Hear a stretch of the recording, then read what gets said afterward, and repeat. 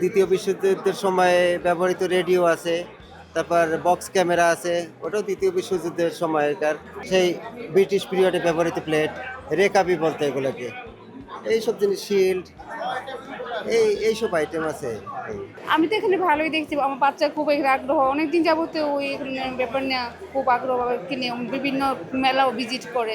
আজকে আমরা bank note নিয়েছি, কিছু কিছু স্ট্যাম্প নিয়েছি, ফিফা উপলক্ষে যেগুলো কয়েন ছিল ওগুলো নিয়েছি।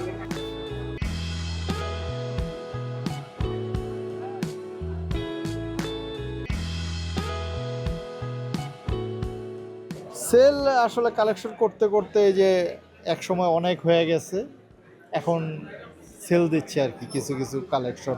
বাংলাদেশ থিম, বাংলাদেশের উপরে যত ডাক টিকিট আছে, ওয়ার্ল্ড ওয়াইড ডাক টিকিট, পয়সা মুদ্রা আছে, এই যে বাংলাদেশের মুদ্রা আছে, কালেকশন করি নোট, তারপরে পোস্টকার্ড, তারপরে first day cover. Bangladeshi note এখন তো মোটামুটি এই আমি বিভিন্ন ব্যাংকে কথা বলছি, মোটামুটি আগের নোটগুলো বন্ধ হয়ে গেছে।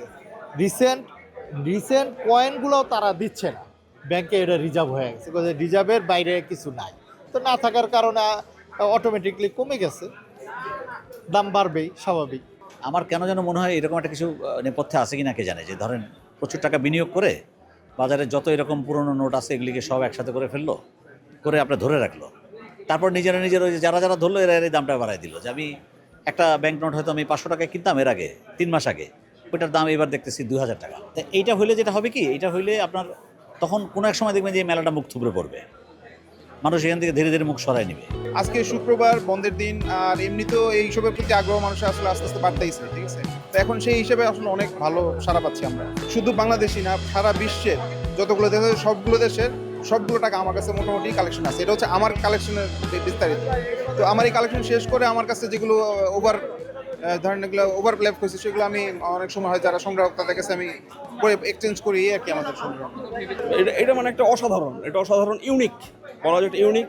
আমাদের এখন যে সামাজিক প্রেক্ষাপট এখানে এগুলি দরকার, মানুষের আউটডোর কোনো অ্যাক্টিভিটি নাই, বুঝছেন, খালি ঘরের ভিতরে সব বাচ্চারা এই মোবাইল নিয়ে ব্যস্ত, তাদের যে মেন্টাল যে এভিনিউ, মানসিক যে ব্যাপ্তি, ওটা নষ্ট হয়ে যাচ্ছে। তো এগুলি হলে, এগুলিতে যদি মনোযোগ দেয় তাহলে তাদের এটা আবার, আমাদের ছোটো সময় কী ছিল, স্ট্যাম্প কালেকশন, কয়েন কালেকশন, এগুলো আমাদের হবি ছিল, বাইরে খেলাধুলা ছিল।